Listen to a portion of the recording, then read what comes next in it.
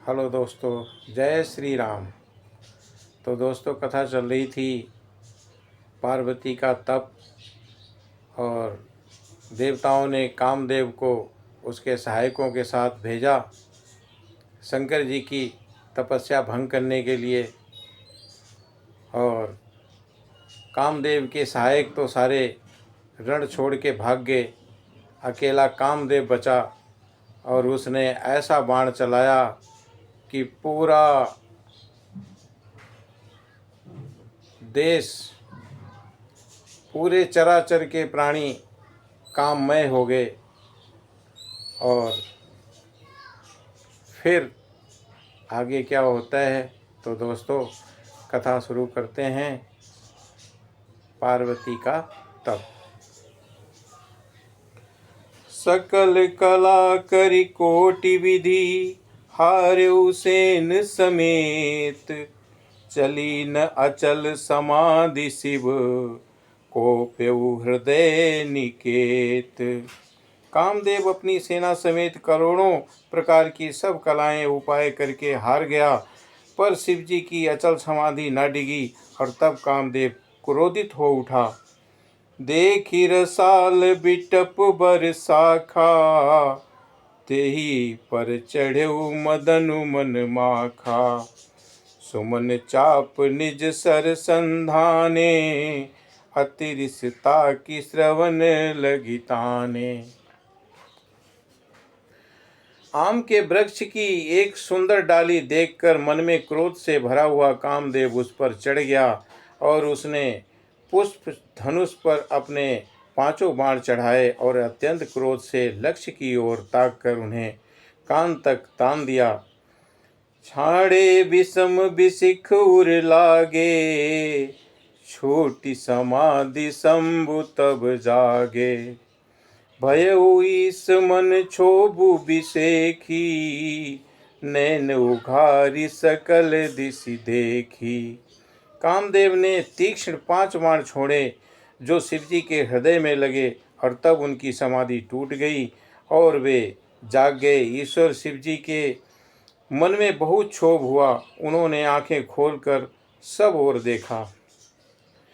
सौरभ पल्लव मदनु बिलोका, भयउ कोपु कांप्यउ त्रिलोका। तब शिव तीसर नैन उघारा, चितवत कामु भयउ जरि छारा। जब आम के पत्तों में छिपे हुए कामदेव को देखा तो उन्हें बड़ा क्रोध हुआ, और जिससे तीनों लोग कांप उठे। और तब शिवजी ने तीसरा नेत्र खोला, और उनके देखते ही कामदेव जलकर भस्म हो गया। हाहाकार भयउ जग भारी, डर पे सुर भय असुर सुखारी। समुझ काम सुख सोचहि भोगी, भय अंकटक साधक जोगी। जगत में बड़ा हाहाकार मच गया। देवता डर गए, दैत्य सुखी हुए, और भोगी लोग काम सुख को याद करके चिंता करने लगे, और साधक योगी निष्कंटक हो गए। जोगी अकटंक भय पति गति, सुनत रति मूर्छित भई। रोदित बदित बहु भांति, करुणा करित शंकर पर गई।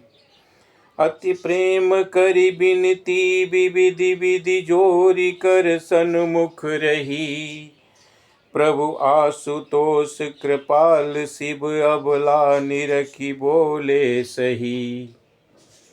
योगी निष्कंटक हो गए, और कामदेव की स्त्री रति अपने पति की ये दशा सुनते ही मूर्छित हो गई, और रोती चिल्लाती और भांति भांति से करुणा करती हुई वो शिवजी के पास गई, और अत्यंत प्रेम के साथ अनेकों प्रकार से विनती करके हाथ जोड़कर सामने खड़ी हो गई। और शीघ्र प्रसन्न होने वाले कृपालु शिवजी अबला असहाय स्त्री को देखकर सुंदर उसको सतावना देने लगे। वचन बोले, अब ते रति तब नाथ कर, होई है नाम अनंग।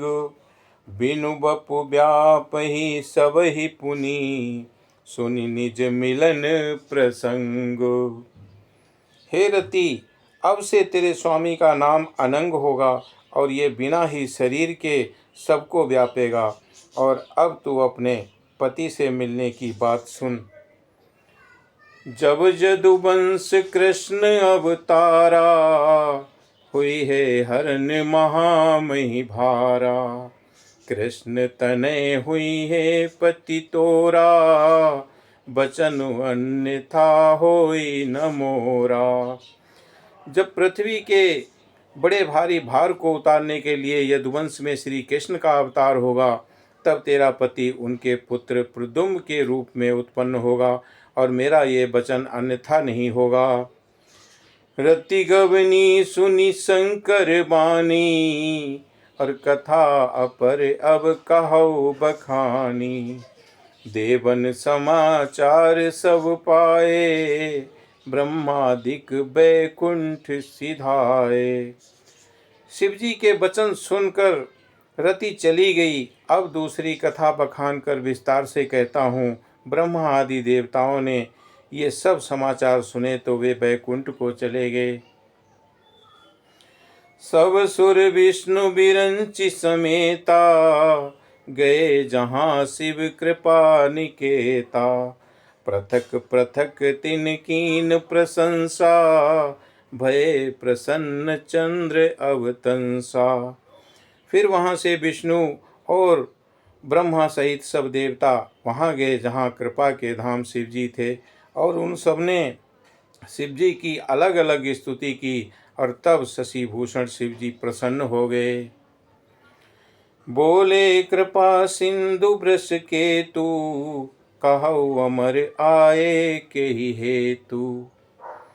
कहे विधि तुम प्रभु अंतर्यामी, तदपि भगति बस बिनमहु स्वामी।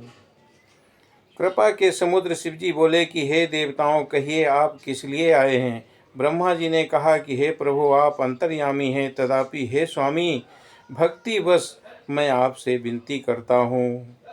सकल सुरन के हृदय यस, शंकर परम उछाओ।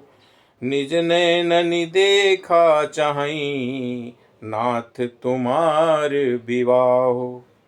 हे शंकर, सब देवताओं के मन में ऐसा उत्साह है कि हे नाथ, वे अपनी आँखों से आपका विवाह देखना चाहते हैं।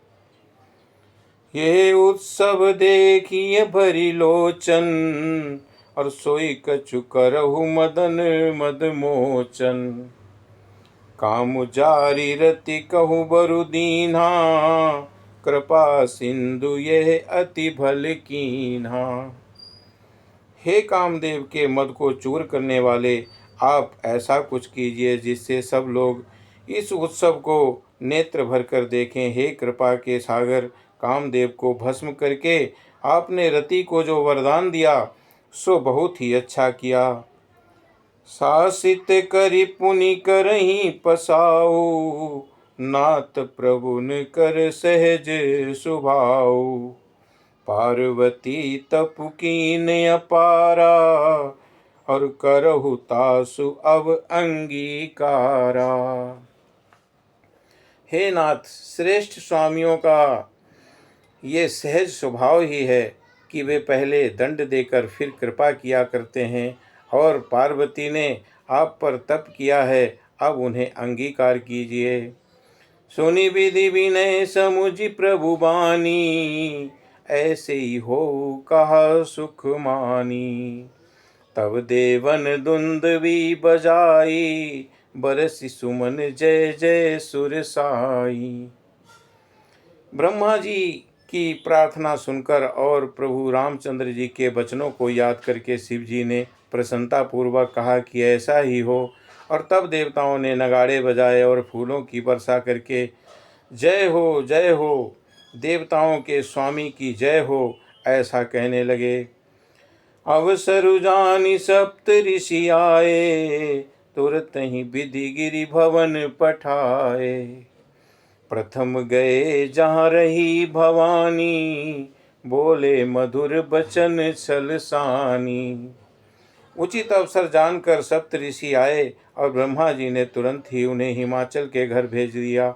और वे पहले वहाँ गए जहाँ पार्वती जी थीं और उनसे छल भरे मीठे विनोद युक्त आनंद पहुँचाने वाले वचन बोले।